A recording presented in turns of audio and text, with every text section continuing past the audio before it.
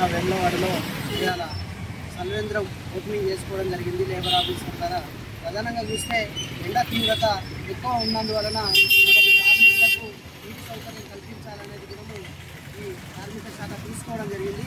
కార్మికుల ఒక సేఫ్టీ కోసం కూడా భవన నిర్మాణ రంగంలో పనిచేస్తున్నటువంటి కార్మికులకు బిల్డింగ్ వర్కర్స్ ఇలా గుత్తదారులకు కూడా లేబర్ ఆఫీసర్ గారు చెప్పడం జరుగుతూ ఉంది. ఆ ఒక హాస్పిటళ్లలో ఏరియా హాస్పిటళ్లలో ఇలా ఓఆర్ఎస్ ప్యాకెట్లు కానీ ఇలా గ్లూకోజ్ పౌడర్ కానీ ప్రభుత్వం ఇస్తుంది.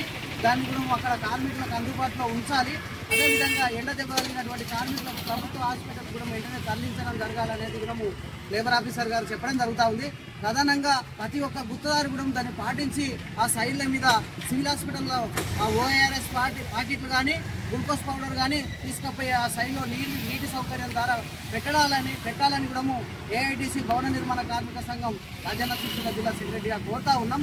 కార్మికుల పక్షాన నిర్లక్ష్యం వహించకుండా కూడా ఆ సైడ్లలో ఇలా రంజాన్లు పెట్టి నీటి సౌకర్యం వాళ్ళకు ఓఆర్ఎస్ ప్యాకెట్లు ఇలా గ్లూకోజ్ పౌడర్ కూడా అందుబాటులో ఉంచాలనేది కూడా వెంటనే వాళ్ళకు తడిగుడ్డతో కూడా ఏమన్నా వాళ్ళు ఎండకు బేజారైనట్టుంటే వాళ్ళకు తడిగుడ్డతో తుడిసి కూడా హాస్పిటల్లో పంపించాలని కూడా అధికారులు చెప్తా ఉన్నారు. ప్రధానంగా ఈ చర్యలు కూడా అందరు కూడా తీసుకొని కార్మికులకు సేఫ్టీ చూడవలసిన బాధ్యత అందరి పట్ల ఉన్నది. కాబట్టి ఇది వెంటనే అందరూ కూడా ఆలోచన చేయవలసిన అవసరం ఉందని సందర్భంగా